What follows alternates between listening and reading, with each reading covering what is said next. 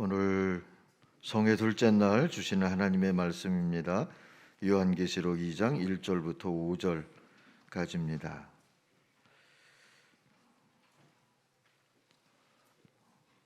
우리 5절인데 한 목소리로 같이 읽겠습니다. 에베소 교회의 사자에게 편지하라. 오른손에 있는 7뼈를 붙잡고 7 금 촛대 사이를 거니시는 이가 이르시되 내가 내 행위와 수고와 내 인내를 알고 또 약한 자들을 농납하지 아니한 것과 자칭 사도라 하되 아닌 자들을 시험하여 그의 거짓된 것을 내가 드러낸 것과 또 내가 참고 내 이름을 위하여 견디고 게으르지 아니한 것을 아노라. 그러나 너를 책망할 것이 있나니 너의 처음 사랑을 버렸느니라. 그러므로 어디서 떨어졌는지를 생각하고 회개하여 처음 행위를 가지라. 만일 그리하지 아니하고 회개하지 아니하면 내가 내게 가서 내 촛대를 그 자리에서 옮기리라. 아멘. 아마 전에 데이트해 보신 분들은 아실 텐데 새벽 일찍부터 일어나셔서 하루 종일 바쁘게 뛰면서 저녁에 이 시간이 기다려져서 나오신 분들이 있으시죠. 참 예쁜 분들입니다. 저도 그 중에 한 사람입니다. 왜냐하면 어제 장로님들하고 식사하면서 장로님들 한마디 우리 교단의 대표적인 신학교를 염려하셔서 들려주신 말씀도 너무 가슴 따뜻하게 감격이었고, 또 우리 임직자들 찬양해 주시는 것도 그냥 가슴이 뭉클하게 은혜였고, 또 사실은 성도들에게 은혜 끼치라고 보내주셨는데 설교하다가 그냥 제가 울고 말씀으로 제 가슴을 어루만져 주시는데 제가 가슴이 푸근했고, 그리고 한 10시 반쯤 집에 도착해서 막 씻고 좀 밀린 일 좀 하고 자려고 컴퓨터 켰더니 목사님이 또 바로 따뜻한 문자를 보내주셔서 그냥 뭉클했고 그랬습니다. 여러분들 얼마나 예쁘신지 모르시죠? 마스크 끼어서 잘 모르고 계신지 모르겠는데 오늘 저녁에 좀 한번 쓰죠. 둘째 날 뵈니까 정말 예쁘시네요. 옆에 분들에게 좀 쓰자는 겁니다.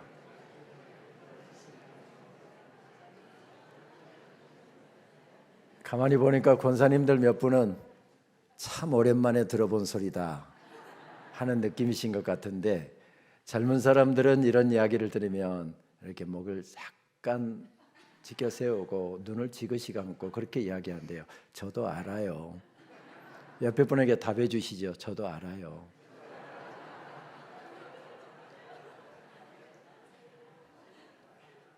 바라기는 3년 만에 모인 집회인데 말씀 듣다가 찬양하다가 우리도 찬양사역 하신 분, 우리 장로의 신학대학교에서 교회음악을 전공하신 분이고, 제가 대학 교학처장 할 때 부회장으로 정말 섬세하게 섬겼던 분인데 몇 년 만에 와서 보니까 여기 와서 사역하고 있어서 더 반갑고, 찬양 인도하는데 그냥 한 찬양마다 가슴이 뭉클뭉클하게 은혜가 되는 것을 느끼게 됩니다. 우리 3년 만에 모였는데 찬양하다가도 은혜 받고, 우리 기도하다가도 은혜 받고, 말씀 듣다가도 은혜 받고, 가슴이 좀 훈훈해졌으면 좋겠고, 그동안에 이리 치이고 저리 치이고 마음 상하고 힘들었던 그 마음들이 회복되고 위로받으면서 잃어버렸던 감격의 눈물도 회복되고 감사도 회복되고, 나도 모르게 내 입술에서 쏟아져 나오는 찬양도 회복되고, 이런 시간이 되었으면 좋겠습니다.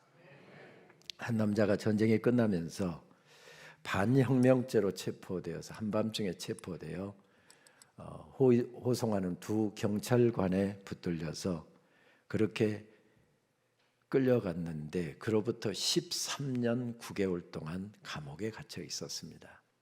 그 중에서 9년 동안은 아예 독방에 갇혔고요. 그 독방도 그냥 우아하고 멋진 곳이 아니라 그 지하하고 바퀴벌레가 우글거리는 그런 곳에서, 그런 독방에서 9년 동안을 혼자서 지내야 했습니다. 언제 풀려날 수 있을지 가늠할 수 없는 시간이 흘러가고 있었습니다. 내 인생이 이대로 끝나는구나, 이런 생각이 절로 드는 시간, 그는 어느 날 기도하다가 깨달았답니다. 그 책을 읽다 보면 책 가운데 그 당시 상황을 이렇게 기록을 하고 있더군요.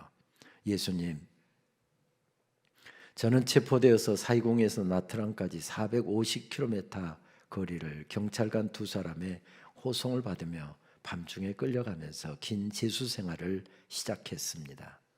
슬픔과 공포, 긴장 등의 수많은 착잡한 느낌이 제 마음을 스쳐 지나갔고 저의 식구들, 교인들을 이야기합니다. 저의 식구들로부터 멀리 격리된 제 가슴은 갈갈이 찢겨지는 것 같았습니다. 제가 가진 것은 아무것도 없습니다. 그러나 밤의 어둠 속에서 그리고 걱정과 악몽의 바다 한가운데서 저는 조금씩 다시 깨어납니다. 중국 선교사였던 잔 웰시가 여러 해 동안 옥고를 치르고 자유의 몸이 된 뒤에 한 이야기가 떠오릅니다. 나는 삶의 반평생을 기다리는 데 소비했다. 감옥에 갇혀서 반평생을 지나면서 언제 풀려날 것인지 그날만을 기다리느라고 반평생을 소비했답니다. 나는 작정했습니다. 나는 기다리지 않으리라. 현재의 순간을 사랑으로 가득 채우면서 살아보리라. 그러나 어떻게? 어느 날 밤 한 줄기 빛이 비쳤습니다. 그것은 매우 간단한 것이다.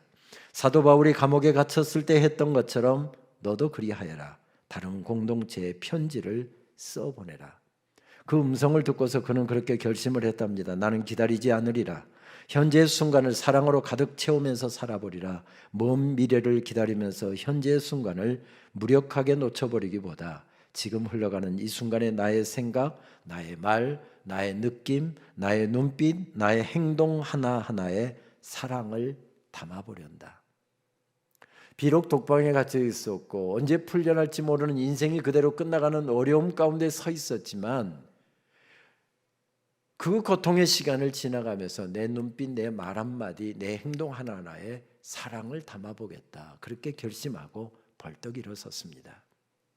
하나님께서 매일 아침마다 넘치도록 찬양을 담아주십니다. 말씀을 담아주십니다. 그 찬양을 전하고 싶은데 전할 방도가 없습니다. 말씀을 써서 보내라고 하나님께서 말씀도 주셨고 말씀도 담아주시는데 정작 써서 보낼 종이가 없습니다. 그래서 더 실망하고 또 쓰러졌습니다. 말씀을 주시는데 성도들은 지금 고난과 아픔 가운데서 하나님의 말씀을 기다리고 있고 내 가슴에 말씀을 가득가득 아침마다 담아주시는데 그 말씀을 전할 방도가 없습니다. 그래서 오히려 실망하고 낭망하면서 그렇게 독방에 갇혀 있다가 누워있는데 저 벽에 오래된 카렌다가 하나 걸려있는 것을 본 것입니다. 옛날에 우리 시골에서 보면 매일 한 장씩 뜯어내는 카렌다 있었잖아요. 그래서 가까스로 그것을 벗겨낸 다음에 깨알 같은 글씨 앞으로 뒤로 깨알 같은 글씨를 써서 고난 가운데 있는 교인들에게 하나님께서 주신 말씀을 받아 적어서 보냈습니다. 그리고 그것은 나중에 성도들이 그것을 함께 묶어서 세 권의 책으로 발간을 했고 다행스럽게도 그게 다 우리말로 번역이 되어 있습니다. 그 중에 한 권인 지금 이 순간을 살며라고 하는 책에 나오는 내용입니다. 베트남의 사도 바울, 아시아를 대표하는 영성신학자로 평가받고 있는 하베르 우엔 반투안의 이야기입니다. 오늘 말씀 속에서도 우리는 감옥에 갇혀 있는 한 사람을 만나게 됩니다. 예수님의 12제자 가운데 마지막 남은 제자였습니다. 평생을 전해도 평생을 가르쳐도 아직 예수님의 사랑에 대해서 반도 못 가르쳤습니다. 예수님께서 들려주신 그 생생한 메시지, 예수님께서 행하신 역사를 아직 반도 못 전했습니다. 그런데 지금 감옥에 갇혔습니다. 그는 네로 황제 박해 때부터 시작해서 AD 60년경에 있었던 대박해였지요. 그 박해로부터 시작해서 도미티아누스 황제 AD 95년경에 있었던 오랜 기간 계속됐던 그 고난에 그 핍박의 한복판에 서 있다가 지금 붙잡혀서 감옥에 들어온 것입니다. 그 감옥은 한 번 갇히면 풀려날 수가 없었고 황제의 특명이 아니면 누구도 그를 풀어놓을 수 없는 그런 감옥에 갇혔고 또 천혜의 요새로 되어 있는 그 감옥에 갇히면 아무리 건강한 사람이라 할지라도 2년 길어야 3년이면 다 죽어 나가는 그런 감옥에 갇혀 있었습니다. 겨울에는 바위로 둘러싸인 섬이다 보니 엄청나게 추웠고요. 뗄감이 없어서. 여름에는 뜨거운 열기를 받은 바위에서 내뿜는 열기 때문에 더위를 이길 수가 없어서 아무리 건강한 사람이라도 2년을 견디기 어려운 그런 곳에 갇혀 있었습니다. 일반적으로 사도 요한이 갇혀 있었던 이 시기를 신약을 연구하는 학자들은 AD 94년경으로 뭐 플러스 마이너스 1년 정도는 차이가 나겠지만은 AD 94년경으로 추정을 합니다. 어린 교인들과 함께 AD 60년대부터 시작됐던 참혹한 박해로부터 지금 AD 96년에 이르기까지 그는 혹독한 아픔과 어려움 가운데 갇혀 지냈습니다. 지난 3년이 우리에게 얼마나 길었습니까? 또 남성분들은 군대에 갇혀 있었던 3년이라고 하는 시간이 얼마나 길었습니까? 그래서 대부분 우리 남성분들 옛날에 제대 보름 앞두고 나면 내무반 달력에다가 14일 남았다, 13일 남았다, 12일 남았다 이랬습니다. 군대는 감옥은 아니지만 젊은 날에 그것에다 꼭꼭 묶어 놓으니까 풀려날 시간을 그렇게 간절하게 기다렸던 것이지요. 그런데 그는 풀려날 가능성이 전혀 없는 감옥에 지금 갇혀 있습니다.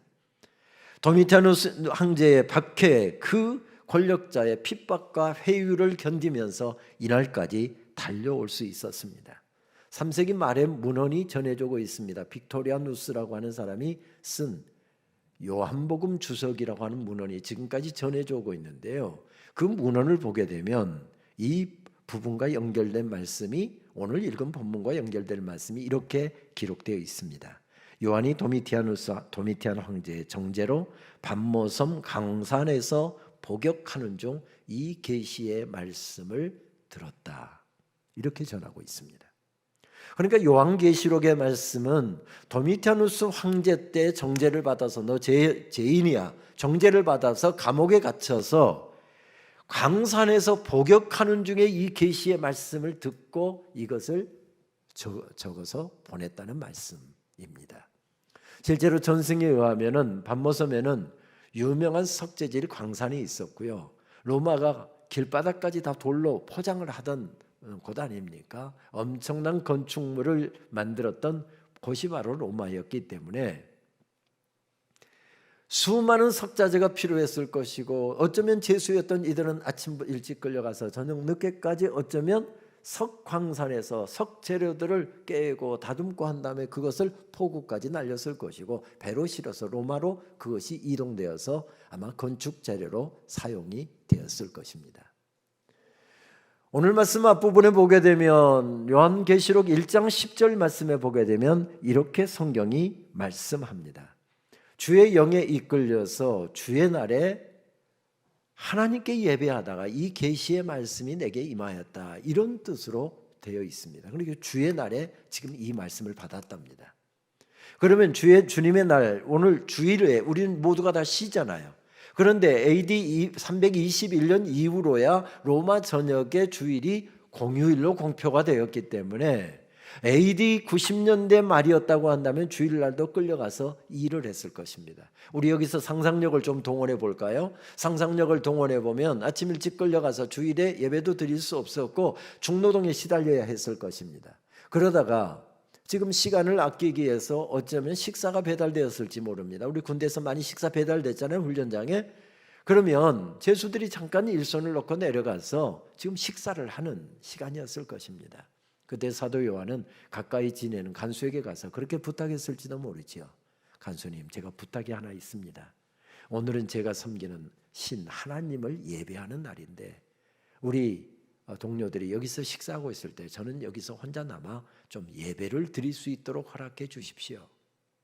그렇게 허락받아서 혼자서 예배를 드리고 있었을 것입니다. 함께 찬송할 사람도 없고요. 이렇게 아름다운 찬양을 들려주는 귀한 중창팀도 없었고요. 함께 정말 찬양하고 함께 손잡아줄 그런 교인 한 사람 없습니다. 아니, 그가 예수님의 마지막 남은 제자로서 하나님의 말씀을 전해야 되겠는데 하나님께서 담아주신 말씀을 전해야 되겠는데 그 설교를 들어줄 교인 한 명이 없습니다. 주일 예배가 혼자 돌무더기 가운데 앉아 그렇게 설교가 시작되고 예배가 시작되고 있습니다. 그런데 그 캄캄하고 암울한 시간에, 그 답답하고 힘든 시간에 하나님의 말씀이 들려왔답니다. 하늘문이 열리고 예배하는 그에게, 혼자 예배하고 있는 그에게 설교를 들어줄 사람이 없어서 아무리 하나님의 말씀을 주셔도 말씀을 누구에게 전할 대상도 없는데 하나님의 말씀이 들려오더랍니다. 그 말씀이 어디에 기록되어 있습니까? 요한계시록 1장에서부터 3장까지의 말씀입니다. 특별히 어려움 가운데서 흔들리고 있는 소아시아의 7교회에 전하라고 주신 말씀들이었습니다. 어두운 방에 한 자락 빛이 비춰오면 어둠이 물려가듯이, 어두운 가슴 속에, 어두운 삶 속에, 힘든 인생길을 걸어가는 사람 속에 하나님의 말씀이 들어가자 환해지기 시작합니다. 어떤 말씀, 어떻게 시작됩니까? 말씀은 이렇게 시작됩니다. 오늘 1장 8절 말씀인데요. 주 하나님이 이르시되 나는 알파와 오메가라, 이제도 있고 전에도 있었고 장차 올 자요 전능한 자라 하시더라. 이렇게 말씀이 시작되고 있습니다. 전에 지금 우리가 개역 개정판 성경을 사용하고 있는데, 옛날 개역판 성경에는 뭐라고 이게 번역했는가 하면 시방도 있고 전에도 계셨고 이렇게 기록합니다. 이 시방도 있고 하는 말이 왜 그렇게 정겨운지, 옛날에 어렸을 적 읽었던 그 번역이 저에게는 더 바로 튀어나옵니다. 시방도 계시고 전에도 계시고. 여러분, 그런데 이 말씀을 읽다 보면 이제도 계시고 시방도 계시고 전에도 계시고 장차도 오시고 장차도 계실 분, 이렇게 기록하고 있는 말씀이 사실은 그 당시 그리스 문화권에서, 로마 문화권에서 표현하는, 시제를 표현하는 문법과 다른 표현입니다. 다른 표현입니다. 우리가 지금 하는 것처럼 과거, 현재, 미래 순으로 항상 로마 문화권에서 이렇게 표기를 했습니다. 그리스 문화권에서도 그렇게 표현을 했습니다. 그런데 오늘은 어떻게 되어 있습니까? 현재, 과거, 미래입니다. 그리고 이것은 요한계시록에 계속 반복되는 표현이라는 것입니다. 그래서 요한계시록을 다 뒤져서 찾아보았는데 1장 4절 말씀, 1장 8절 말씀, 4장 8절 말씀, 11장 17절 말씀, 16장 5절 말씀 계속 이어집니다. 그런데 재미있는 것은, 예를 들면 오늘 제가 언급한 내용 가운데서도 1장 8절 말씀하고 11장 17절 말씀은 로마의 이 시제 표기법을 따르고 있습니다. 그러니까 과거, 현재, 미래 이런 순으로 되어 있습니다. 그런데 오늘 읽은 1장 8절 말씀에는 어떻게 되어 있습니까? 이제도 계시고 전에도 계셨고 장차 오시리. 4절 말씀은 이렇게 표현이 되어 있습니다. 왜 이럴까? 11장 17절 말씀도 찾아보았더니 히브리어 원어는 역시 똑같이 현재, 과거, 미래 순으로 되어 있습니다. 왜 그 당시 용례를 따르지 않고 이렇게 말씀했을까? 지금 어려움 가운데 있습니다. 압박 가운데 있습니다. 내 인생 끝나가는 부분 가운데 있습니다. 내 힘으로는 어떻게 이 어려운 난제를 해결해 나갈 수 없는 어려움 가운데 서 있습니다. 그런데 지금 하나님의 말씀이 무엇을 강조하고 있습니까? 내 인생 끝났다. 내 인생 종쳤다. 내 인생 이제 희망이 없다. 이렇게 모든 환경과 모든 사람들이 이야기하지만 하나님께서는 뭐라고 말씀하시는가 하면 시방도 하나님께서 내 인생 붙잡고 계신다. 여러분, 여기서 아멘 한번 하셔야 될걸요? 예.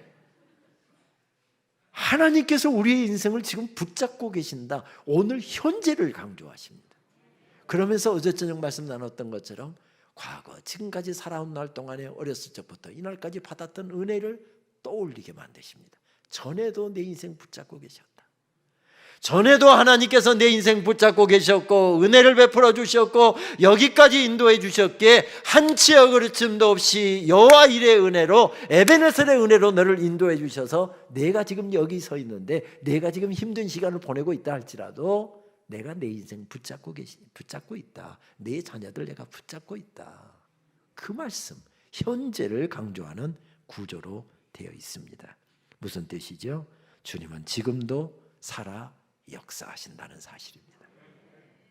아무리 내 인생이 지금 힘들어도, 아무리 사업이 지금 벼랑 끝에 서 있어도, 아무리 건강이 지금 어려운 가운데 서 있다 할지라도, 아무리 자녀들의 문제가 막막해 보이고 해결책이 보이지 않는다 할지라도 주님께서 지금도 계시다는 말씀은 우리의 인생을 붙잡고 계시다는 현재를 강조하고 있습니다.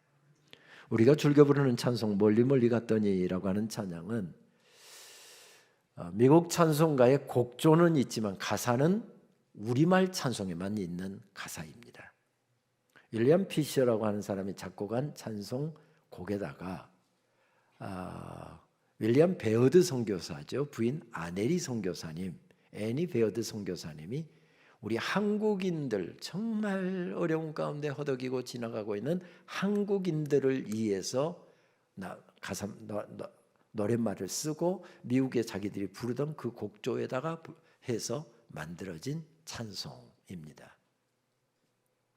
윌리엄 베어드 선교사는 우리 숭실대학, 전에 숭실전문학교였죠. 숭실학교를 설립하신 분이었고, 숭실학교를 설립하기 전에는 바로 제가 지금 섬기고 있는 장로회 신학대학교, 그 당시에는 조선 장로회 신학교라고 했죠. 흔히 평양에 있어서 평양신학교 이야기하지만 그 평양에 있으니까 평양신학교라고 했고, 그리고 나중에 내일 제게 조금 더 말씀을 드리겠습니다만 남산으로 내려오니까 남산신학교.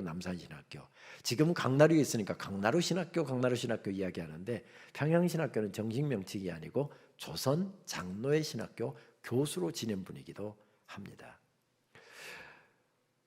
이분들은 베이랑 선교사 부부는 1890년 12월 18일에 오전에 결혼식을 올리고 오후에 바로 조선 땅 선교지를 향해서 달려올 정도로 그렇게 선교의 열정에 불타올랐던 사람들이었습니다. 조선을 향해서 출발해 2달간의 긴 항해를 마치고 대서양을 건너서 1891년 1월 29일에 부산항에 입항을 했습니다. 그리고 1891년 9월 달에 부산의 선교 스테이션, 선교부를 개설을 합니다. 그리고 부산진 교회와 영서연 교회, 초량교회라고 하죠. 그 교회를 처음 그곳에서 시작한 분들이기도 합니다. 부산 땅에 파란 눈을 가진 서양 사람이 이들 부부밖에 없었으니 젊은 부부가 초기에 얼마나 힘들었는지 모른다 하는 그의 일기나 기록들을 보게 됩니다. 그것도 요즘에는 우리나라 노크라도 하지, 옛날에 문 벌컥벌컥 열었잖아요. 성님이 이수하고 문 바로 벌컥 열잖아요. 마치 원숭이 구경하러 오듯이 신기한 눈이 파랗고 코가 오똑하고 키가 큰 서양 사람들 보려고 시도 때도 없이 문을 벌컥벌컥 열어오고, 어떤 사람은 다가와서 코를 만져보기도 하고, 이러니 얼마나 힘들었겠습니까? 그런데 이 젊은 부부에게 하나님께서 첫 아이를 선물로 허락해 주셨습니다. 1892년 7월 달에 첫 딸 렌시가 태어났는데, 그것은 이 선교사 부부에게 하늘이 주신 위로였다고 했습니다. 아시는 것처럼 베어드 선교사는 한 해 7개월 이상을 아내를 혼자 남겨놓고 밀양, 경주, 대구, 울산, 상주, 안동까지 순회 전도 여행을 했습니다. 한 번 가면 보통 30일에서 40일을 선교팀들과 순회 여행을 했고, 그 당시에 면역력이 약한 여자들, 아이들은 선교팀에 아예 데리고 가지 않았기 때문에 남편이 가면 지금 어디쯤 가고 있어요. 요즘에 핸드폰으로 전화하지만 옛날에 무려 핸드폰이 어디 있습니까? 남편 돌아올 때까지는 서로 죽었는지 살았는지 연락도 하기 어렵고, 급한 것은 전보 치는 것 정도가 전부였던 시절이었습니다. 그런데 어느 날 안동 부근의 전도 여행 중에 딸 렌시가 아프다는 기별을 받았습니다. 그것도 지금 루트를 하니까 이곳으로도 전보 보내고 저곳으로도 전보 보내서 가까스로 그 편지가 전달이 된 것입니다.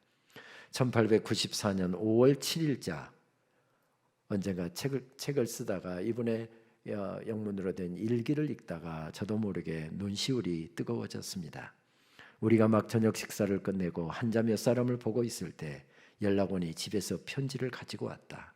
로지가 아프다는 소식을 알리는 이 편지를 여행 중 노상에서 나에게 전달하지 못하여 찾아 헤매다가 들고 온 것이었다.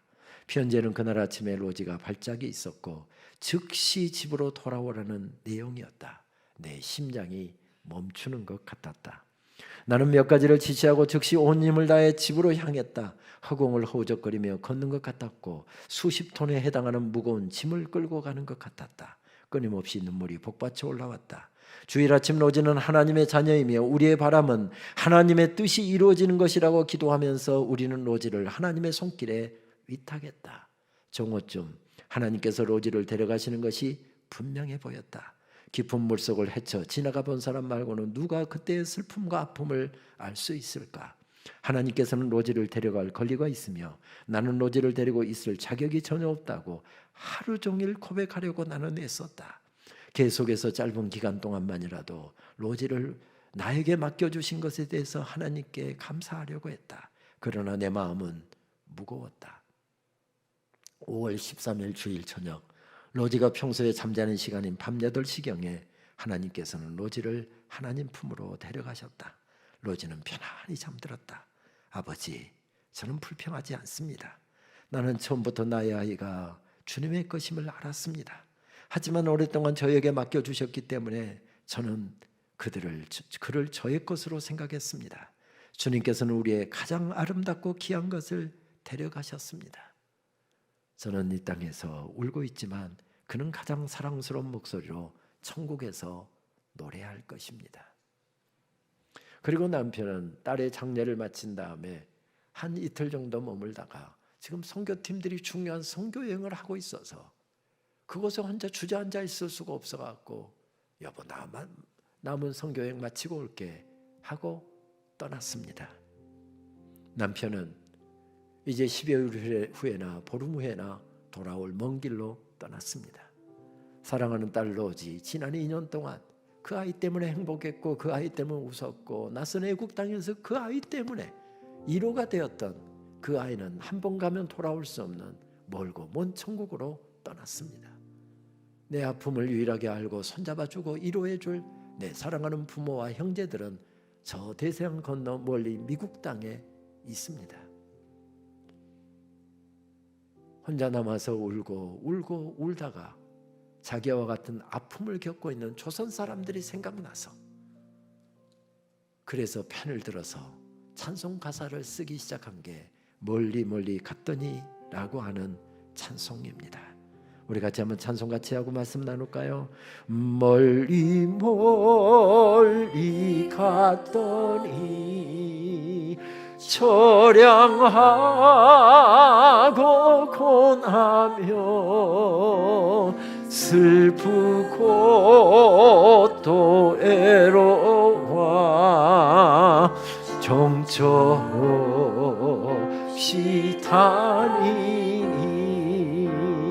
예수 내 주여 지금 내게 오셔서 떠나가지 마시고 길이 함께 하소서. 혹시 내 삶이 힘들다고 생각되시는 분들 가슴에 손 얹은 마음으로 다시 한번 찬양하십시다. 멀리 갔더니 처량하고 고나며 슬프고 또 애로와 정처 없이 다니니 예수 내 주여 지금 내게 오셔서 떠나가지 마시고 길이 함께 하소서.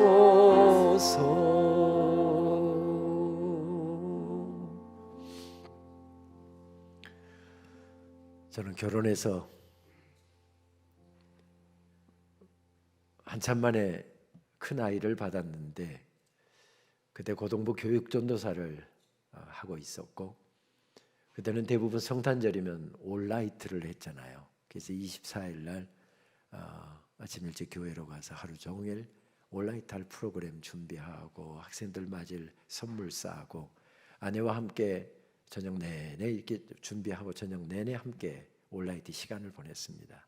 그리고 그 다음 날 고동부 예배 설교하고 예배 끝난 다음에 장년 예배 참석해서 성탄절 예배 드리고, 그리고 오후에 교육자 회의까지 마치고 저녁 한 5시쯤 집에 돌아오니까 만 30시간 정도를 교회에 있었더라고요.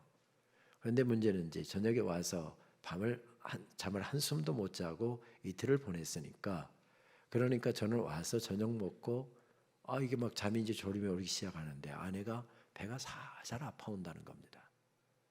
그때 뭐 첫 아이였고 결혼해서 부모님들은 다 멀리 계시고, 그러다 좋아지겠지 배에다가 손 얹고 기도하고, 그러다가 저는 그냥 너무 피곤해갖고 하다가 그냥 아내 옆에서 그냥 시중 들다가 깜빡 잠이 들어버렸습니다. 그리고 아내 신음소리에 놀라서 보니까 새벽 2시에 깼는데 아내가 방을 막 이렇게 기어다니고 있는 것입니다. 어른들이 있었으면 충분히 살릴 수 있는 아이였는데 결국 새벽 4시 반 정도에 아내가 갑자기 막 물을 쏟아내는 겁니다. 양수가 터진 것이었습니다. 그래서 큰일 났구나 싶어서 아내를 붙여가다시피 하고 새벽 4시 반에 가서 동네 병원 산부인과 다니던 병원에 문을 두들겼습니다. 근데 의사가 졸린 눈으로 나오더니 아내를 진찰하고서 이 지경이 되도록 뭐하고 이제 왔냐고 야단을 쳤습니다. 그때 통금이 있었던 때잖아요. 그게 사람이 참 멍청한 거지 순진한 거지. 가다가 경찰 만나면 지금 아내가 아파서 병원 가고 있다 하면 될 텐데 지금 통금 시간이어서 못 가 하고서 통금이 해제되기를 기다리고 그때 나선 것입니다. 근데 또 다른 이유 하나가 있었습니다. 성탄절 지나고 마지막 주일에 사례비가 나오는데 헌금할 돈, 아내하고 저하고 교통비 외에는 남은 돈이 없었기 때문에 이거 써버리면 이번 주 교회를 못 갑니다. 지금도 그 이야기는 아내에게 못 하는데 돈 5,000원이 병원 가면 보통 진찰하고 뭐 하고 하면 이거 5,000원이 있어야 되는데 5,000원이 없어갖고 그냥 기도하고 버틴 겁니다. 참 무식한 거죠. 그리고 8개월이 된 아이를 그렇게 의사가 억지로 꺼내다시피 해서 했는데 아이가 모든 형체가 다 있더라고요. 지금 같으면 인큐베이터에 넣어서 충분히 살릴 수 있는 아이인데 38년 전에 그 일이 생각하면 지금도 가슴이 저려옵니다. 병원 갈 돈 5,000원이 없었고 큰 아이 잃었다 라고 하는 생각 때문에 38년이 됐는데 지금도 가슴이 저립니다.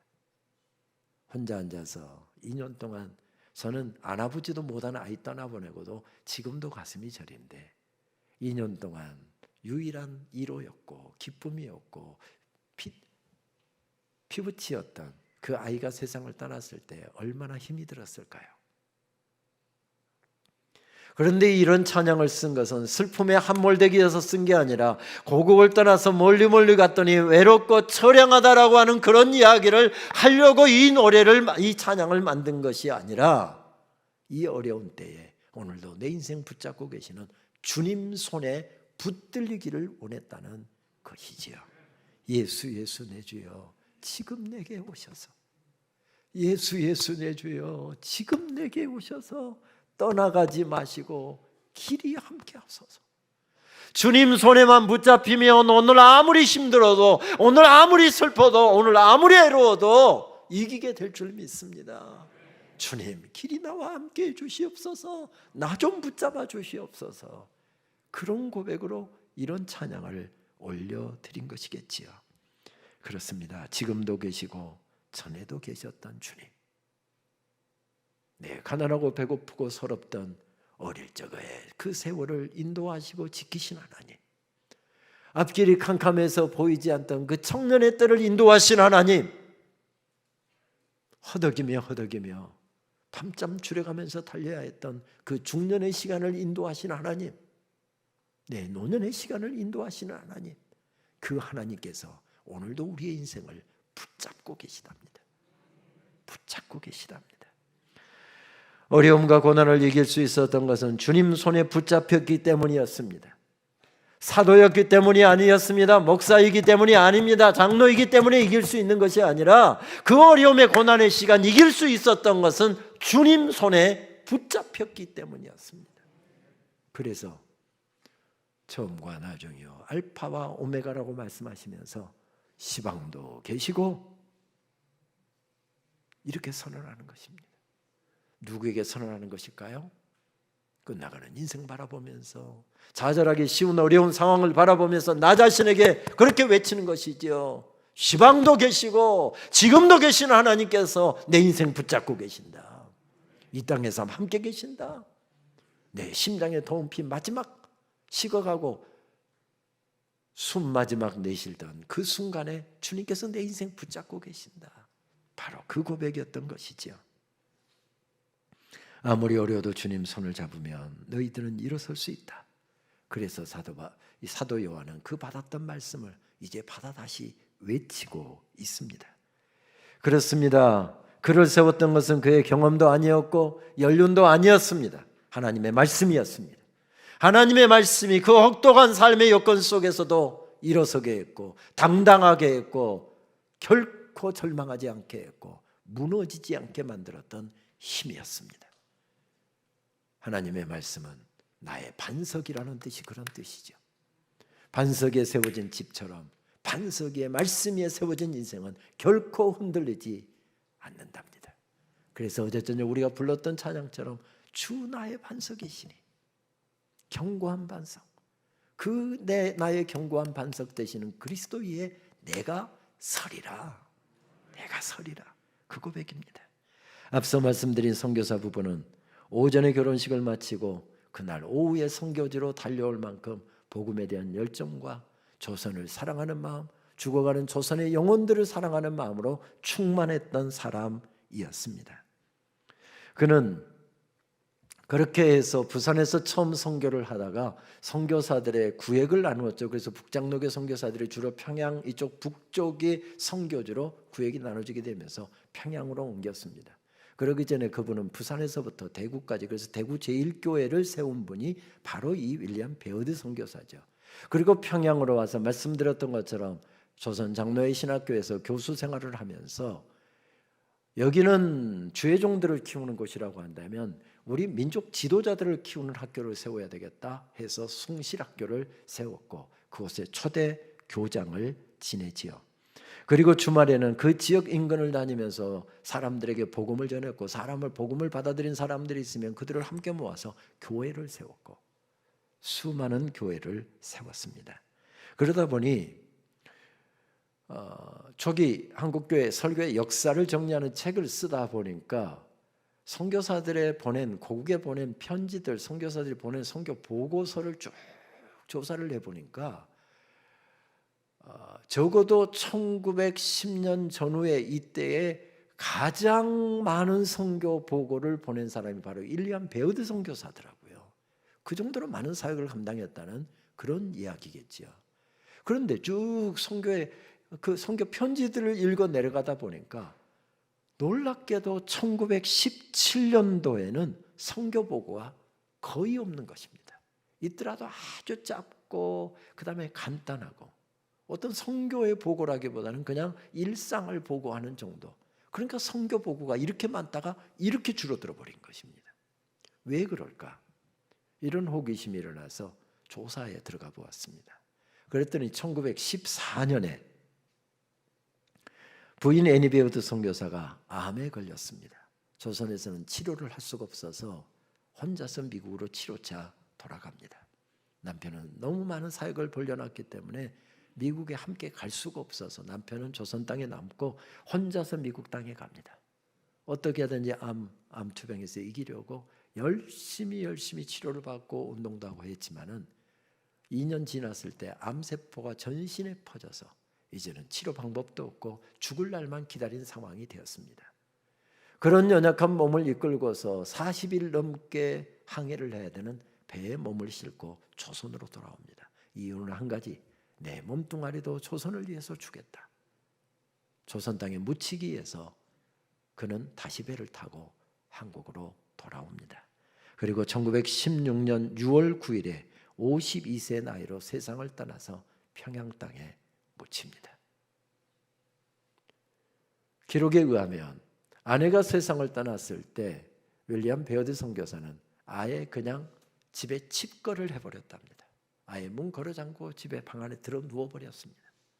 그러니 1917년도에는 선교 보고가 하나도 없는 것입니다. 하나도 없는 것입니다.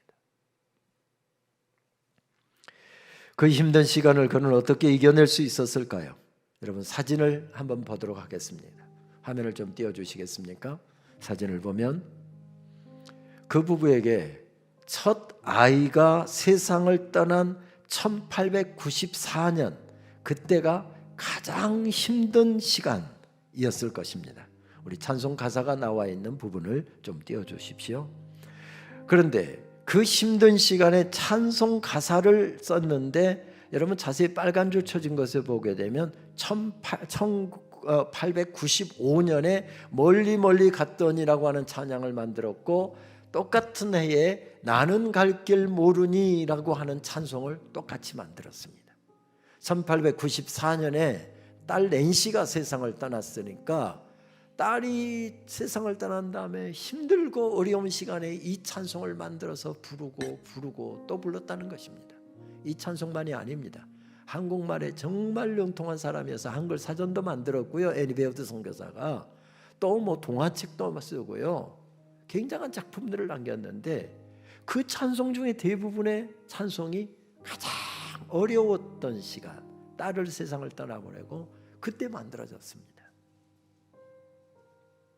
아내가 어려운 때 이 찬송을 부르면서 자기 가슴 속에 이 찬송을 담으면서 그 어려움의 시간, 슬픔의 시간을 이겨냈는데, 어쩌면 아내가 쓴 책들을 읽고 아내가 보낸 편지들을 읽고 아내가 쓴 찬송을 부르고 누워서 아내를 생각하며 찬송을 부르고 또 부르다가 윌리엄 베어드 선교사가 벌떡 일어납니다.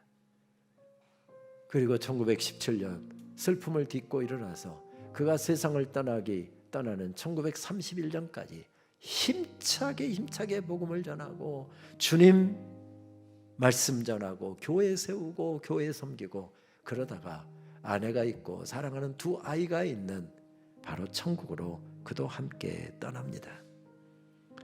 그 간구의 마음을 담은 찬송, 나는 갈 길 모르니 주여 인도하소서, 어디 가야 좋을지 나를 인도하소서, 어디 가야 좋을지 나를 인도하소서.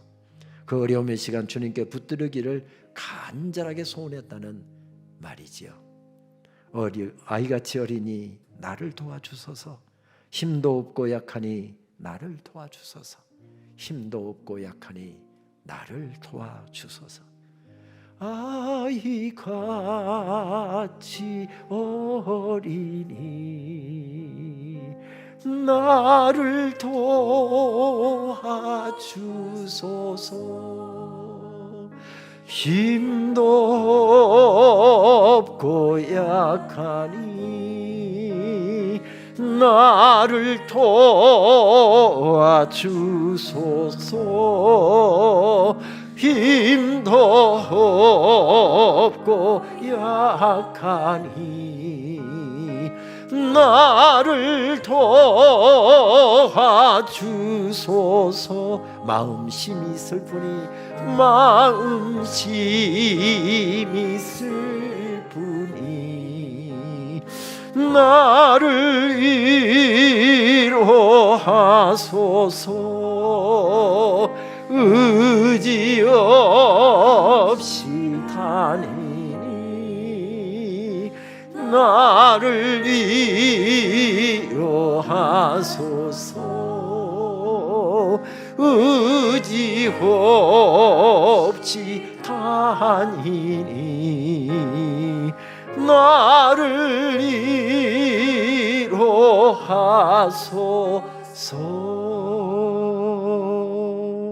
무슨 이야기입니까?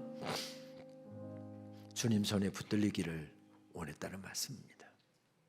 오늘도 우리의 삶 가운데 역사하시는 주님, 한 씨의 그르침도 없이 인도하시는 그 주님, 여기까지 은혜로 덮으시고 사랑으로 덮으셔서 내 인생을 인도해 주신 그 주님, 그 주님 손에 힘들고 어려울 때, 인생이 캄캄할 때, 내 힘을 어찌할 수 없는 막막한 시간에 주님 손에 붙들리기를 원했다는 이야기지요.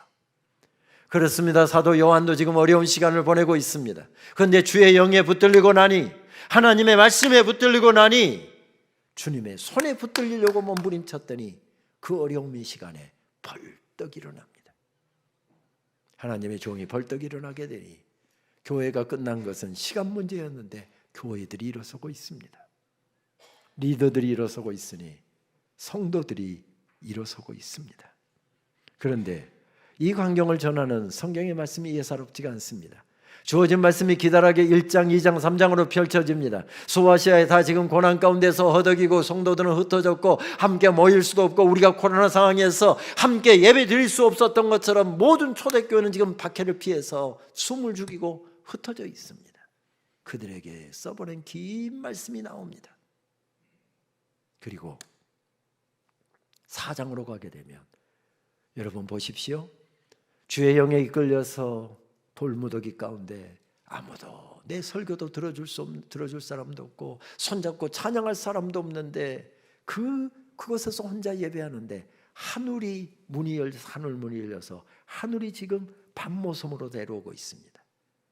그런데 4장 말씀을 보게 되면 밤모섬에 있는 사도 요한, 고난 가운데 있는 그 사람을 아예 천군과 천사들이 그를 끌어올려서 어린 양의 보좌 앞에 24장로들과 천군과 천사들과 먼저 간 성도들과 그곳에는 주기철 목사님도 있습니다. 손양호 목사님도 있습니다. 저희 어머니도 있습니다. 그곳에 끌어올리셔서 그 천상의 예배 가운데 사도 요한을 끌어올려서 예배 자리에 세우고 있습니다. 그리고 천군과 천사들과 함께 찬양을 올려드리고 있습니다. 죽임당하신 어린 양이 부와 영광과 존귀와 찬송과 경배를 받으시기에 합당하니이다. 천상에 울려 퍼지는 아름다운 예배 자리로 끌어올리고 있습니다. 무엇이 살리고 있습니까? 말씀이었습니다. 무엇이 이끌리고 있습니까? 무엇이 살립니까? 예배가 살리고 있습니다. 아예 한 땅에서 외롭게 시작된 예배, 그 예배가 혼자 드리고 있었던 예배였는데 아니었습니다. 하늘과 땅이 잇대어지니 수많은 천군과 천사들과 먼저 간 성도들과 24장로들과 12사도들과 함께 예배하고 있는 모습을 성경은 보여주고 있습니다. 기독교 예배가 무엇입니까? 예배는 하늘이 땅으로 내려오고 땅이 하늘로 올라가서 하늘과 땅이 잇대어지는 신비, 이것이 바로 기독교의 예배입니다. 저는 교단의 예배학을 가르치고 책임지는 사람으로서 23년, 24년째 교수 생활을 하면서 예배를 어떻게 규정할까? 나름대로 이 말씀을 묵상하다 이렇게 규정합니다. 예배란 하늘이 땅으로 내려오고 땅이 하늘로 올라가 잇대어지는, 하늘과 땅이 잇대어지는 신비이다. 여러분, 그냥 긴 설교 듣고 찬양 몇 곡 하고 기도하고 돌아가는 것 같지만 이 자리가 하늘이 내려오는 자리랍니다. 우리의 아픔과 우리의 눈물과 우리의 기도와 우리의 모든 힘든 상황들이 다 하늘로 연결되는 순간이랍니다. 그 가운데 있는 사람들은 어떻게 할까요? 그 놀라운 신비를 맛보고 그 놀라운 엄청난 광경을 바라보면서 어떻게 할까요? 춤을 추겠지요. 그래서 저는 예배를 그렇게 규정합니다. 예배가 무엇이냐? 하나님의 신비의 가장자리에서 춤추는 사역이다. 영어로 이야기하면 Dancing the edge of God's mystery. 하나님의 신비의 가장자리에서 춤추는 사역, 이것이 바로 예배입니다. 그래서 초대교회가 오늘 예배드리다가 붙잡히면 오늘 내 인생 마지막 날이지만 목숨을 걸고 예배했던 이유였습니다. 다른 어떤 편리한 것이나 다른 어떤 내게 주는 유익과 결코 바꿀 수 없었던 자리, 그것이 바로 예배의 자리였습니다. 내 목숨이 오늘 끊어진다 할지라도 무엇과 바꿀 수 없는 자리. 우리 2년 동안 예배가 묶였고 지난 1년 동안 예배 회복하기 위해서 몸부림치지만 오늘도 차 운전해 오면서 학교 관계로 이 목사님, 정 목사님하고 통화하면서 왔는데 제일 먼저 물어본 이야기, 목사님, 교인들 어떻게 코로나 이후에 예배는 잘 회복되고 있습니까? 그러면 제일 회복이 잘 된 교회 한 70% 회복됐습니다. 지금 한 50% 회복됐습니다. 무슨 이야기입니까? 전에 2,000명 모이는 교회는 지금 1,000명 모이고 1,000명 모이는 교회는 500명 모이고 500명 모이던 교회는 250명 모이고 그렇게 줄어든 것입니다. 물론 그동안에 건강의 염려 때문에 온라인으로도 예배드리고 흩어져서도 예배드리고 했지만 이제 우리 마스크 끼고 다 모든 거 다 하잖아요. 이제 그냥 코로나와 함께 살아가는 시대가 열렸잖아요. 우리 다시 모이십시다. 이 자리는 바로 하늘이 내려오는 자리기에, 이 자리는 우리의 아픔과 우리의 눈물이 하늘로 잇대어지는 자리기에, 바로 기독교 예배는 혼자서 드리는 것이 예배가 아닙니다. 예배는 공동체성. 그래서 예배를 가리켜서 뭐라고 이야기하죠? 공예배라고 이야기합니다. 우리가 흔히 대예배 하는데, 그러면 나머지 예배는 다 소예배게요. 그래서 예배학에서는 대예배라는 말은 적당한 용어가 아니다. 그 말이 무엇입니까? 온 교회가 다 모이는 교회다. 그래서 대예배라고 이야기하는데, 예배학적으로 이야기하면 정확한 표현은 공예배, 공적 예배라는 겁니다. 그것은 교회가 합의해서 우리는 11시에 모인다, 우리는 9시에 모인다 하고 시간을 정하고, 예배 자리에 어디서나 드릴 수 있지만 우리는 바로 염산교회 예배당에서 예배를 드린다. 장소를 정하고 할아버지부터 어린 유치원 아이까지 다 예배 자리로 모여드는 예배, 이것이 영어로 이야기하면 corporate worship, 공예배, 공적 예배입니다. 우리 다시 모이십시다. 사도 요한이 어떻게 살아났습니까? 예배 드리다가 살아났습니다. 예배 가운데 임하는 하나님의 은혜, 비록 혼자 드리지만은 정말 예배 드리다가 목숨을 잃을 수도 있지만 목숨을 걸고 나가서 오늘 나는 하나님께 예배 드리는 날인데 좀 허락해 주십시오. 목숨을 건 행위였습니다. 오늘 우리 목숨 걸고 나온 저를 포함해서 아무도 없잖아요. 오늘 예배 드리고 나면 마포경찰서에서 나왔고 우리 다 끌고 가서 오늘 저녁에 이거 합니까? 못 걸고 나온 사람 아무도 없습니다. 오늘 요한계시록에서 드렸던 예배는 어떤 예배입니까? 목을 걸고 드렸던 예배였습니다. 그러니까 하늘문이 열립니다. 어제 저녁 말씀드렸던 간절함으로 찬양하고 간절함으로 예배하고. 저는 잠시 여의도에서 단임 목회를 한 적이 있습니다. 다 성도님들이 열심히 없고 또 목회자가 어디 필요하다 하면 정말 아끼지 않고 열심히 헌신하던 분들이었습니다. 동티모르의 친구가 동티모르 선교팀들 청년들을 데리고 40명을 데리고 간다는데 비행기 표는 끊었는데 비행기 돈을 지불을 못하고 내일 출발했는데 아직까지 출발을 못하고 있는 겁니다. 저희 학교에 우리 김정희 목사님의 선생님이고 멘토이신 서정원 박사 선교학 교수님이셨는데, 야, 김 목사 어떻게 교회에서 좀 못하냐? 저한테 전화가 왔더라고. 40명 비행기 값을 하랍니다. 또 내일 김포공항에서 비행기 타고 가야 되는데 그날 저녁 지방에서 올라온 학생이 잠잘 자리가 없는 겁니다. 이 개척자들이라고 하는 이 선교단체를 이끌던 친구니까 이게 야성 갖고 없으면 그냥 공항에서 자면 되는 것이지 하고 어디 숙소도 없이 청년들 40명을 모아놓은 겁니다. 근데 교인들 다 자기 집 내주고 자기들은 작은 방으로 안방 내주고 교회에서 장로님들 몇 차례 해야 반 다음에 우리가 비행기값 하자. 참 헌신된 교회였습니다. 근데 문제는 보니까 교회가 예배를 좀 소홀히 하는 게 보입니다. 예를 들면 권사님들이 주일 오전 예배 드리는데 교회 안 보입니다. 예배 시간에 안 보입니다. 예배 전에 분명히 봤거든요. 그리고 예배 끝나고 나오면 권사님들도 다 있습니다. 제 아내한테 물었습니다. 여보, 권사님들 오늘 예배 시간에 안 보이던데 당신 아직 몰랐어? 다 권사님들 주방에서 밥하고 있어 그러더라고요. 뭔 소리야? 내가 바로 이제 정색을 해서 이야기하니까 여보 왜 나한테 짜증을 내? 당신 오늘 점심 먹은 거 권사님들이 다 그 준비하느라고 예배 시간에 준비했어. 여러분 제 표정 보십시오. 권사님들 감사합니다. 그럴 표정입니까? 그 다음 주에 선언을 했습니다. 권사님들 만약에 예배 안 드리고 밥 안 건다 그 밥 안 먹겠습니다.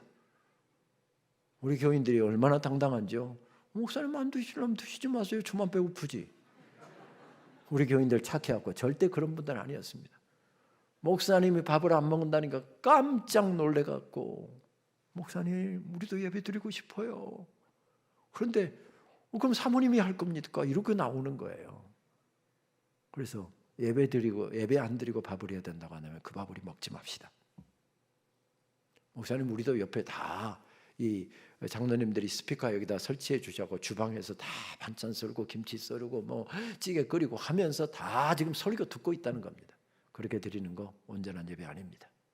하나님께 드리는 거 온전한 거 드려야 됩니다. 다음 주부터 밥 먹지 말고 예배합시다. 우리 착한 권사님들 밥도 새벽 일찍 나와서 준비하고 예배에 들어왔더라고요. 예배 들어왔는데 어느 시간에 들어온가 하면 우리 아까 찬양팀들 설교 전에 딱 찬양하는 시간이 있잖아요. 성가대가 딱 찬양한 시간에 딱 오더니 저 앞에 여기 딱 가운데 앉아 있으면 정중하게 제가 딱 보이니까 그 앞에 와서 앞치마 따가서 목사님 저 왔어요. 앞치마 벗어 딱 개고 자기 자리로 가시는 겁니다. 여러분 제 표정 보십시오. 제가 그대로 넘어갈 사람입니까? 예배는 예배의 부름, 거기서부터 축도까지 드려야 온전한 예배지 중간에 들어와서 드리는 예배는 온전한 예배가 아니다. 사람도 귀한 손님 만나러 가면 30분 전에 가는데 하나님께 드리는 예배인데 앞에서 5분 잘라먹고 뒤에서 5분 잘라먹고 이거 온전한 예배냐? 이거 온전한 예배 아니다. 목사님 저희들 죽으라고 하세요. 권사님들 정말 예배가 중요하다고 생각되면 새벽부터 나와서 하십시오. 토요일에 나와서 준비하세요. 예배를 위해서 희생한 거 있어야 은혜 받습니다. 그래야 교회가 충만해집니다. 그리고 그때부터 한 달 동안 주일 예배도 예배, 주일 예배도 예배에 대한 설교, 오후 예배도 예배에 대한 설교, 수요 예배, 새벽 기도, 금요 다 예배 한 달 동안 예배 이야기만 막 날마다 했습니다. 그런데 교회에 예배가 뜨거워지기 시작하고요. 찬양이 뜨거워지기 시작하고요. 성도들이 예배를 소중하게 여기기 시작하고요. 그러니까 교회가 부흥을 하더라고요. 찬양 절대 한 옥타브 낮추지 말고 우리 찬양 뜨겁게 합시다. 그리고 교인들 그냥 한 옥타브 낮춰서 하면 땅땅 뚫립니다. 지금 피아노 잡아보세요. 이게 원음이에요. 자 다시 찬양합니다. 이 찬양은 이런 고백입니다 하고 찬양 다시 하니까 교인들이 막 찬양이 힘이 납니다. 그러니까 저는 마이크 대고서 막 더 힘차게 찬양합니다. 그러니까 교회가 찬양이 힘이 있으니까 예배가 살아나기 시작하고요. 그러고 한 6개월 지나니까 교회가 막 부흥하기 시작하더라고요. 늦게 오면 아예 뒤에 앉을 자리가 없게 되더라고요. 먼저는 교회가 부흥하다 보니까 교인들이 앞자리부터 앉습니까? 뒷자리부터 앉습니까? 뒷자리부터 앉습니다. 앞자리는 몇 개 비어 있는데 뒷자리는 앉을 자리가 없습니다. 그러니까 예배 5분만 늦으면 앉을 자리가 없습니다. 그런데 딱 두 번째 찬양하고 있으니까 한 10분 정도 지난 것 같습니다. 한참 찬양하고 있는데 한 분이 딱 오는데 교인들 딱 보면 지금 누가 왔는지 안 왔는지 목사님들 설교하다 보면 다 파악되거든요. 저도 교인들 딱 파악되는데 새 교인이 온 거예요. 할렐루야. 오늘도 하나님께 새 교인 보내주셨구나.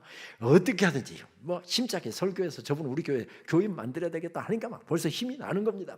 찬양 힘차게 하는데 이분이 왔다 갔다 자리를 못 잡고 하는 겁니다. 부목사님 눈치 시간껏 은혜 받느라고 온지도 모르고 앉아 있습니다. 다행스럽게 안내하는 권사님이 딱 봤습니다. 아이고 다행이다.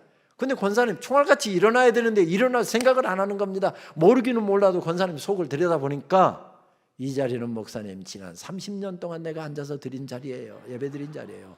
이 자리는 누가 와도 양보 못해요. 아마 그래서 안 일어나신 것 같아요. 그런데 저 교인 가려고 합니다. 그러다 보면 1절 부르고 2절 부르고 3절 불러야 되는데 저 교인 누가 잡아야 되는데 앞에서 찬송하다 보면 4절 부르고 앉아 있습니다. 목사도 실수 많은 사람이거든요. 교인들이 참아주시고 용서해 주시는 거 그렇지 다 흠 많은 사람이잖아요. 그러면 교인들 흠 많은 사람이 다 아시면 목사가 3절 빼먹었으면 목사님이 잠깐 이랬구나 하고 4절 따라 부르면 되는데 교인들이 4절을 안 부르고 전부 다 저를 쳐다보고 있습니다. 순간적으로 힘차게 찬양하다가 찬양 소리가 딱 죽으니까 그 순간 눈치 딱 채는 거예요. 아이고 3절 빼먹었구나. 그리고 여러분 그래도 걱정할 필요 없습니다. 후렴되면 다 평정됩니다. 어떤 사람은 3절 부르고 어떤 사람은 4절 부르고 있는데 후렴되면 다 평정됩니다. 그런데 교인들이 마지막 후렴 마지막 부분 되면은 찬송을 안 부르고 전부 다 저를 빤히 쳐다봅니다. 목사님은 아멘으로 갈 거예요? 빼먹은 3절로 갈 거예요? 저는 그러면 의도적으로 보면서 아멘 해버립니다. 그러면 교인들이 이상야릇한 미소를 저에게 보내는데 목사님 오늘 3절 빼먹었어요? 저도 압니다. 여러분 목사가 한 영혼을 소중하게 여긴다. 이거 얼마나 귀중한 일입니까? 그러나 목사도 예배자입니다. 목사도 예배자입니다. 제가 하나님께 찬양을 올려드리기 위해서 정성을 다해서 올려드리다가 내 관심이 하나님을 벗어나서 사람께다 집중되다 보니까 3절 부르고 4절 부르고 있습니다.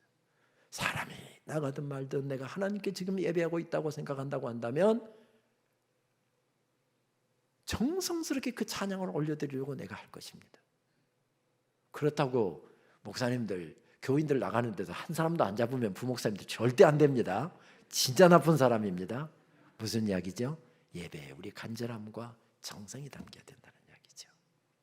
비록 혼자서 드리는 예배였지만, 비록 혼자서 아무도 함께하지 못하는 외로운 예배였지만, 그렇게 정성을 다해서 예배할 때 하늘문이 열립니다. 하나님의 말씀이 들려옵니다. 그리고 그 힘든 모든 삶의 상황이 천국 보좌로까지 옮겨가고 있는 것을 발견하게 됩니다.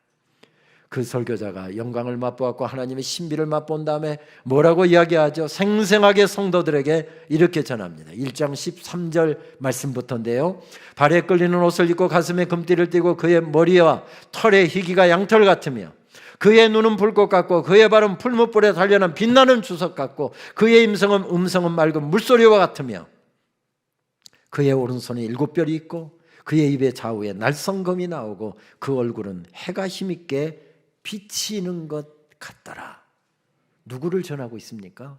지금 무엇을 전하고 있습니까? 심판주 되시고 우리들의 인생을 붙잡고 계시는 심판주 되시는 주님의 모습을 그리고 있습니다. 요단강에 맨발로 걸어다니시던 요단강 강가에서 가난한 자들 돌보시던 예수님의 모습이 아닙니다. 온 천하를 다스리고 계시는 심판주의 모습이시고 심판하고 계시는 위엄에 찬 주님의 모습을 들려주고 있습니다. 감격하여 엎드리고 숨이 막힐 것 같은 전율에 사로잡혀 있을 때 17절 말씀은 뭐라고 말씀이 들려옵니까? 두려워하지 말라, 나는 처음이요 마지막이니 말씀합니다. 알파와 오메가라는 말씀이죠.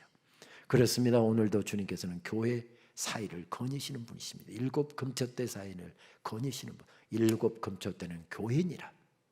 교회 사이를 거닐고 계시는 주님. 교회인 우리들의 인생길 가운데 교회가 건물이 아니지 않습니까? 건물은 바로 구원받은 사람들이 하나님을 섬기기 위해서 모인 공동체를 뜻하는 그런 단어입니다. 한 사람 한 사람 속에 거닐고 계시답니다. 울고 있는 사람 속에 거닐고 계시답니다. 아파서 신음하고 있고 의사들의 말 한마디에 천국이 열렸다가 지옥이 열리는 암투병하는 성도님들 가운데 지금 거닐고 계시답니다. 나는 알파와 오메가라 말씀하십니다. 주님의 통치하심이죠. 그렇습니다. 그 고백이 약해지면 모든 것이 죽습니다. 그 고백이 무너지면 교회는 무너지게 되어 있습니다. 교회 주인은 하나님이십니다. 교회는 주님께서 거니시는, 주님께서 통치하시는 자리입니다. 바로 이 고백이 약해지면 교회는 무너져 내릴 수밖에 없습니다. 몇 년 전 저는 미국의 한 한인교회 주일 예배에서 전할 설교를 토요일날 하루 종일 앉아서 준비하고 있었습니다. 주일 예배를 시작으로 해서 주일 저녁 예배, 월요일 새벽, 월요일 저녁 집회가 이어지게 되어 있었습니다. 그 교회는 PCUSA 미국 장로교회 소속 한인교회로서는 제일 규모가 있었고 남미와 중국과 그리고 동남아, 북한, 아프리카 선교, 아프리카 중에서도 케냐 선교에 정말 헌신적으로 열심히 하시던 교회였습니다. 목사님이 선교에 대한 비전을 가지고 그렇게 계셨던 분인데 캄보디아에 새로 선교사를 파송하고 그 교회에 선교 센터를 오픈을 하면서 4월달 캄보디아가 제일 무더운 때잖아요. 4월달, 5월달 그때 캄보디아에 가서서 한 15일 동안 교인들하고 그 모든 순서들을 감당하고 한국에 오셔서 일주일 체류하시면서 저하고 화요일날 식사하고 화요일날 점심때 장신대 채플에서 설교하고 그리고 무슨 국민일보 뭐에서 인터뷰하고 무슨 책 출판회 하고 그런 것들을 한 다음에 금요일날 비행기 타고 돌아가셔서 토요일날 하루 종일 설교 준비를 하고 그리고 주일날 거의 자정이 넘어서 잠자리에 들었습니다. 아침 7시에 첫 예배가 있는데 예배 4시간 전에 갑자기 심장마비가 와서 응급실로 실려갔는데 결국 예배 3시간 전에 결국 세상을 떠났습니다. 목사님이 갑작스럽게 세상을 떠나자 장로님들, 부교육자들이 한마음이 되어서 2년 동안 교회가 잘 달려왔는데 문제는 새로 담임 목사님을 청빙하는 과정에서 교인들이 당에도 의견들이 나눠지고 교인들도 의견들이 나눠져서 치열하게 갈등을 하고 있는 상황이었습니다. 제가 그 교회 자주 가서 설교를 했고 교인들도 저에게 익숙하기 때문에 그 전주일에는 거의 목사님 설교 전에 물리적인 충돌 직전까지 간다고 했습니다. 그런 주간이 바로 주일이 지나고 나서 설교를 해야 되니 무슨 말을 해야 될까? 정말 고민이 되어서 설교가 풀리지를 않았습니다.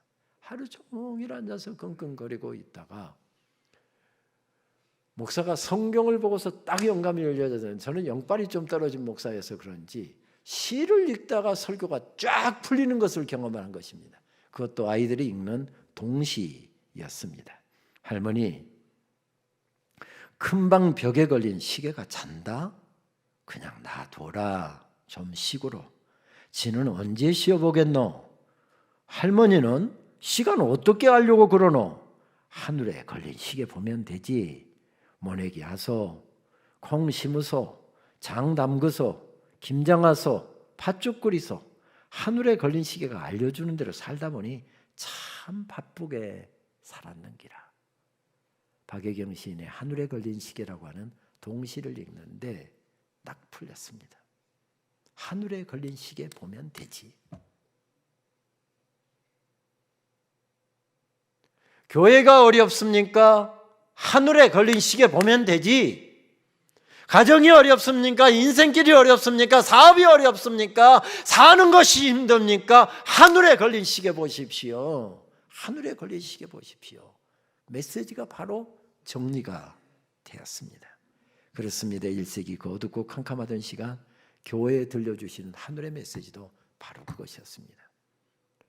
전에도 계셨고 이제도 계시고 장차에도 계실 주님, 오늘 우리의 시제를 따라서 들려주시는 말씀이든지 지금도 계시고 전에도 계셨고 장차에도 역사하실 분, 그분이 내 인생을 붙잡고 계신다.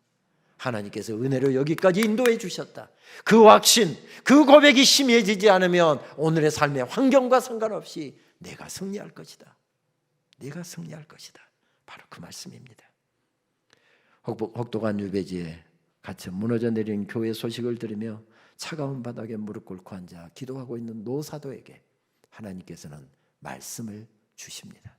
수많은 말씀 가운데서 오늘 읽은 요한계시록 2장 1절에서 5절 말씀은 소아시아의 가장 대표적인 교회였던 에베소 교회에 주신 말씀이었습니다. 말씀은 이렇게 전해집니다. 노사도는 무릎을 꿇고 앉아 한자 한자 이 말씀을 받아서 적어서 소아시아의 교회들에게 보내는데 에베소 교회에 이 말씀이 이렇게 전해집니다.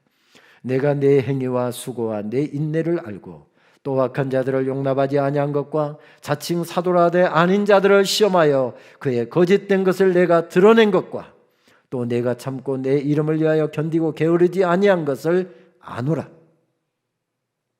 참 멋진 교회죠. 그러나 너를 책망할 것이 있나니 너의 처음 사랑을 버렸느니라. 그러므로 어디서 떨어졌는지를 생각하고 회개하여 처음 행위를 가지라. 만일 그리하지 아니하면 내가 내게 가서 내 촛대를 그 자리에서 옮기리라. 그 어려움을 이길 해법이 무엇이었습니까? 첫사랑을 회복하랍니다. 그 위기의 상황을 헤쳐나갈 해법이 무엇이었습니까? 처음 행위를 가지랍니다. 첫사랑과 처음 행위, 이것이 과연 지금 교회가 무너질 상황 가운데 있는데 모든 것이 끝날, 인생이 끝날 위기 가운데 서 있는데 이것이 해법이 될 수 있을까요? 김현태 시인의 시를 읽다 보면 그 뜻을 이해할 수가 있습니다. 눈을 다 감고도 갈 수 있느냐고 비탈 길이 나에게 물었다. 나는 말했다. 두 발 없이도, 아니 발이 없어도 나 그대에게 갈 수 있다고. 아무런 감동이 없는 분들은 첫사랑이 없었거나 첫사랑을 떠나보낸 절절한 추억이 없거나 중매 결혼해갖고 그냥 첫사랑이 뭔지도 모르고 지금 살고 있거나 그런 분들입니다. 첫사랑을 보낸 분들은 김현태 시인의 이 시를 듣고서도 아무런 감정이 일지 않을 수가 없습니다. 저는 강원도 화천에서 군복무를 하면서요, 그때 여자친구가 학교 졸업하고 전주에서 직장 생활을 하고 있었는데 여자친구를 한번 만나려고 하면 먼저는 후배 장교에게 야 휴가증이나 출장증 하나 보내라. 비번이 그리고 또 전화를 해갖고 야 비번이 어떻게 되지 하고 출장증 받아서 비번 줬고 생년일 앞에 뒤에 뭐 비번 쓰는 거 다 한 다음에 그리고서 딱 어디 뭐 안 나가는 것처럼 군복 딱 차려 입고 어디 뭐 가까운 데 가는 것처럼 딱 하고 버스 타고 나가서 서울 가는 버스를 타고서 서울 마장동 터미널로 오면은 헌병들이 버스까지 올라와서 검문하는 검문소를 5개를 통과해야 됩니다.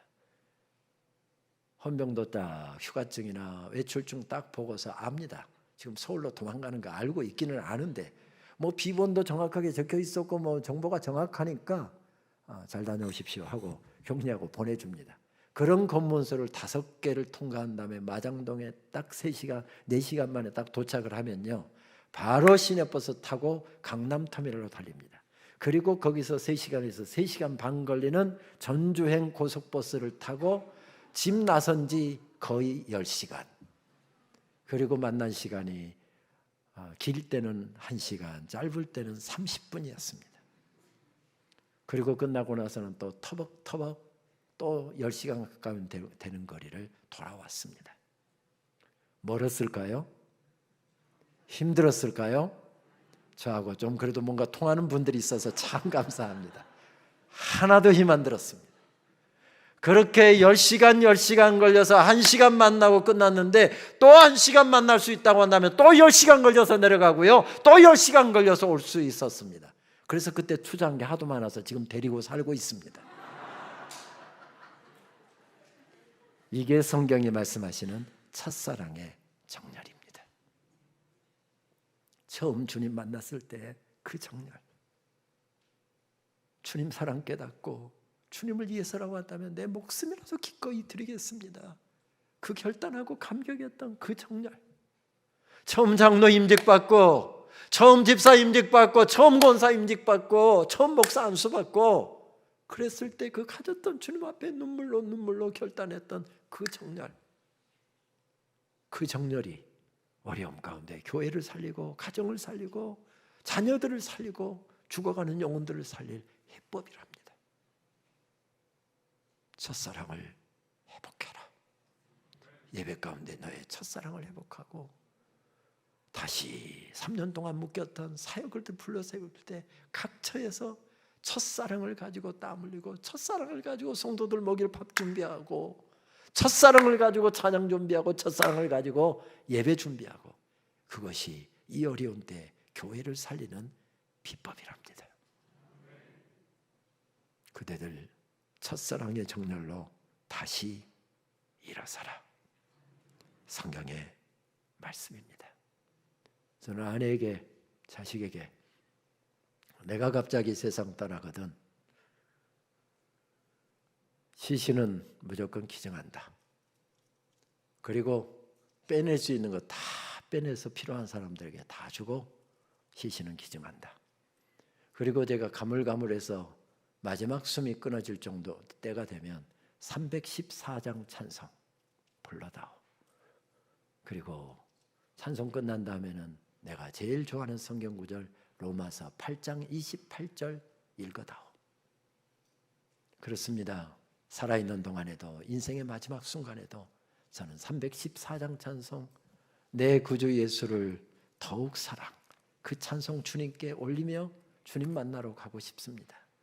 내 구주 예수를 더욱 사랑 엎드려 비름말 이곳일세 내 진정손이 내 진정손이 내 구주 예수를 더욱 사랑 더욱 사랑 더욱 사랑 한 번만 더 고백할까요? 내 구주 예수를 더욱 사랑. 엎드려 비는 말 들으소서. 엎드려 비는 말 들으소서. 내 진정 소원이 내 진정 소원이 내 구주 예수를 더욱 사랑, 더욱 사랑. 언젠가 저는 어느 교회 주일 오후 예배 설교를 위해서 달려가다가 마침 신호등을 받고 신호등 앞에 서 있었습니다. 그 옆에는 붉은 벽돌로 지어진 웅장한 교회가 서 있었습니다. 우리 교단 교회였고요. 제가 그 교회에서 한 번은 그냥 4일 동안 하는 일반 집회를 인도했고, 한 번은 일주일 동안 특별 새벽 부흥회를 인도했던 교회였습니다. 그 교회는 우리 교단의 총회장을 배출한 교회였고, 그 목사님은 참 우리 한국교회 많은 후배 목회자들뿐만 아니라 다른 모든 교인들로부터 존경받는 분이었습니다. 은퇴를 우리 교단에 70세로 제일 먼저 정한 다음에 시범적으로 당신은 65세 때 은퇴를 했습니다. 정말 사례비도 주지 못하는 교회 부임해서 자녀들 여럿 데리고 살아가는데, 목사님이 목회를 잘하니까 큰 교회에서 목사님을 불러가시려고 했답니다. 장로님들이 그 소식을 듣고서 목사님, 우리가 사례비 올려줄 테니까 그 교회 가지 마세요. 그 교회 가지 마세요. 그 교회 사이즈는 5배가 더 컸다고 했습니다. 교인 출석률이. 그런데 목사님이 장로님들한테 그 말씀 듣고서 했던 유명한 이야기가 후배 목회자들에게는 지금까지도 회자되고 있습니다. 저는 우시장의 소가 아닙니다. 장로님들 걱정하지 마십시오. 저는 돈 몇 푼 더 얹어주면 팔려가는 우시장의 소가 아닙니다. 그리고 평생을 그 교회에서 목회했던 분이었습니다.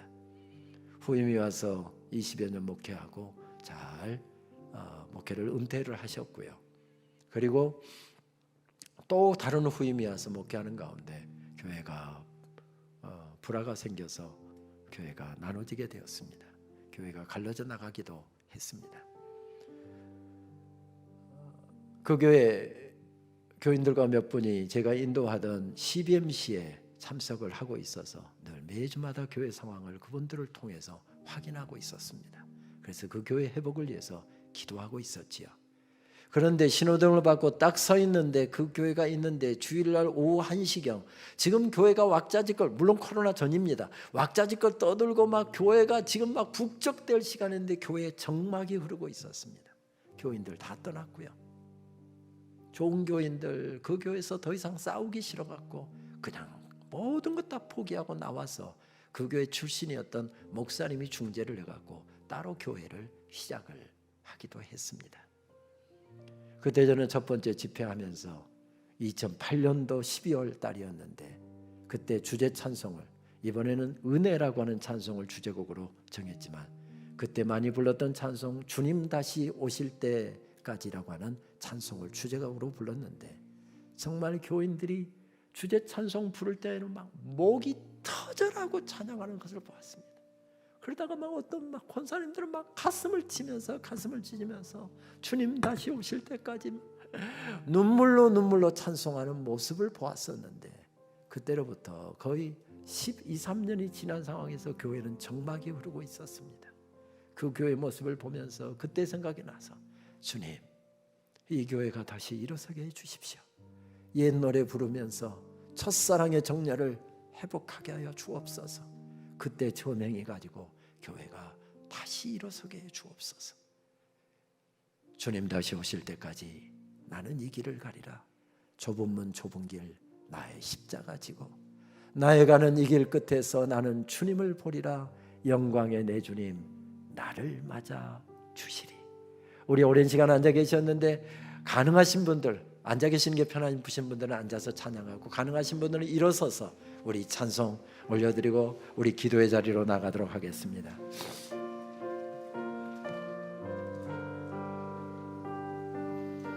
주님이 찬양 부르면서 우리도 다시 일어서기를 원합니다. 그 간절한 마음을 담아서 주님께 이 찬양 올려드리겠습니다. 주님 다시 오실 때까지 나는 이 길을 가리라.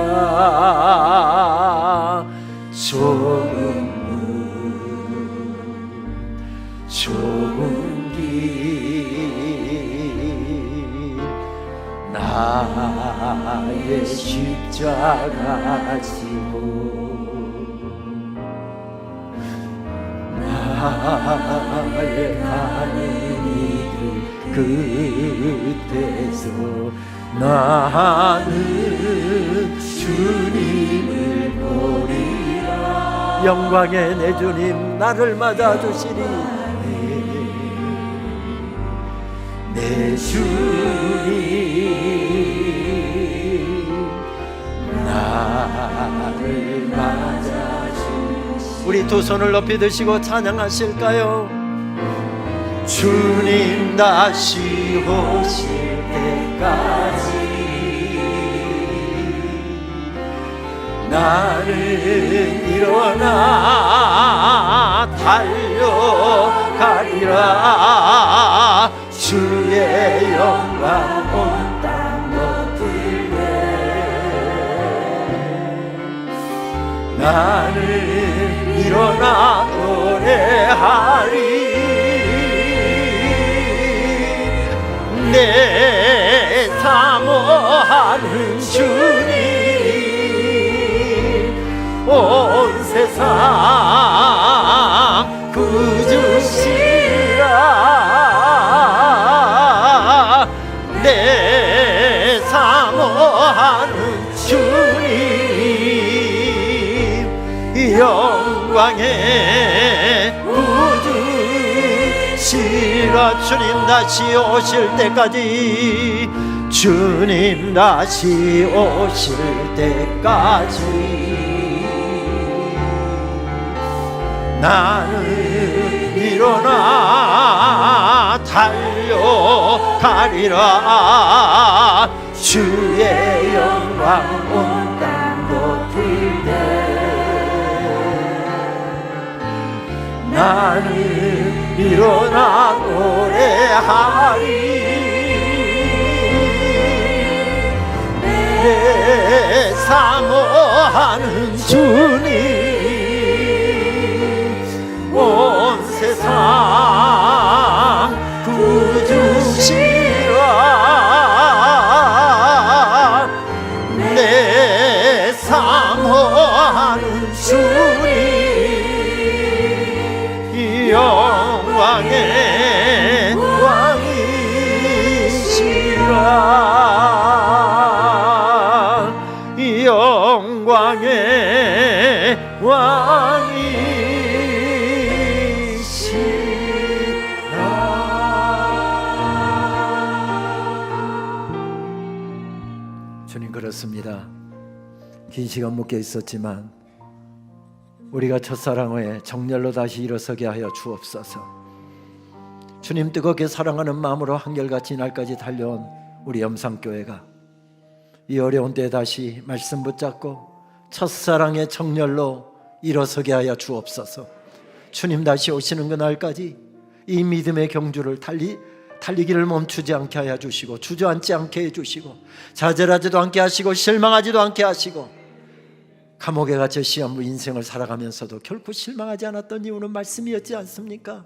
주님 말씀 받은 내가 다시 벌떡벌떡 일어나 달려가게 하여 주옵소서.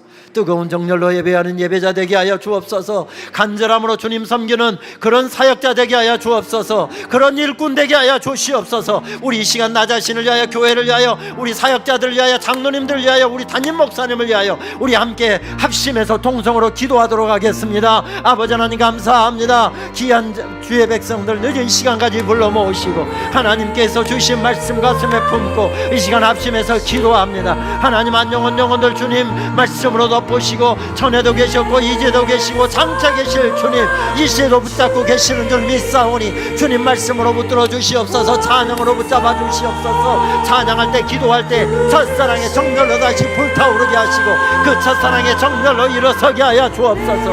하나님의 놀라운 사랑을 받고 은혜를 받고 이날까지 달려왔습니다. 그 사랑을 받았기에 고난 가운데도 아픔 가운데서도 벌떡벌떡 일어났던 것처럼 나 자신이 일어서게 하여 주옵소서. 우리 교회가 일어서게 하여 주옵소서. 한국교회가 일어서게 하여 주옵소서. 사역자들이 일어서게 하여 주옵소서. 우리 장로님들이 일어서게 하여 주옵소서. 하나님 우리 선교회가 일어서게 하여 주옵소서. 우리 교단이 일어서게 하여 주옵소서. 저 북녘 땅이 일어서게 하여 주옵소서. 선교절마다 영광의 주님으로 말미암아 일어서는 역사가 있게 하여 주옵소서.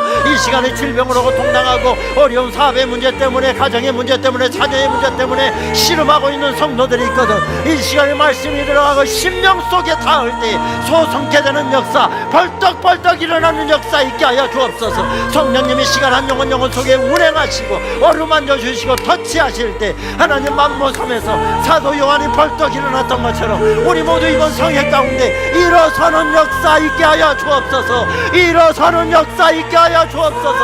회복되는 역사 있게 하여 주옵소서. 고백이 회복되게 하시고 예배가 회복되게 하시고 찬양이 회복되게 하시고 기도가 회복되게 하시고 눈물이 회복되게 하시고 감사가 회복되게 하시고 정렬이 회복되게 하여 주옵소서. 첫사랑의 정렬로 일어서서 달려가는 주의 백성들 되게 하여 주시옵소서. 온 세상 두시라 내 사모하는 주님 영광의 왕이시라.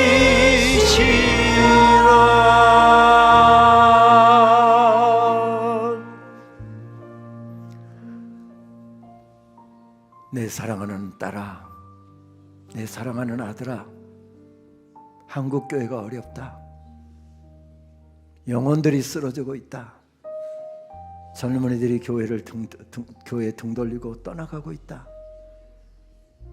캠퍼스마다 밤을 지새워가면서 기도하고 찬양하던 젊은이들은 온데간데 없고 미종족 선교국보다 더 낮은 청년 전도율이 3%라지. 그런데 너의 기도가 다시 좀 살아났으면 좋겠다. 눈물 젖은 너의 그 기도, 새벽마다 교회를 가슴에 품고 우는 그 기도가 좀 살아났으면 좋겠다. 찬양이 살아났으면 좋겠다. 묶였던 예배가 다시 살아났으면 좋겠다. 목을 걸고 예배하러 나왔던 초대교회 성도들, 예배하다가 말씀 듣고 예배하다가 운행하시는 성령님의 터치하심 받고 벌떡벌떡 일어나 그 어려움의 때에 교회를 세우고 복음으로 세상을 덮었던 것처럼 내가 첫사랑의 정열로 다시 한번 일어섰으면 좋겠다. 들려주시는 말씀을 받고 주님, 내 심장에 더운빛 식는 그날까지 첫사랑의 정열, 처음 감격, 처음 감사 잃어버리지 않고 그 고백, 그 믿음으로 달려가겠습니다. 이를 악물고 다짐하고 그렇게 살기 위하여 삶의 자리로 나아가는 하나님의 이 사랑스러운 주의 자녀들 머리머리 위에 우리 주님 예수 그리스도의 은혜와 하나님 아버지의 크신 사랑하심과 성령님의 교통하심이 이제로부터 영원토록 함께 계시기를 축원하옵나이다. 아멘.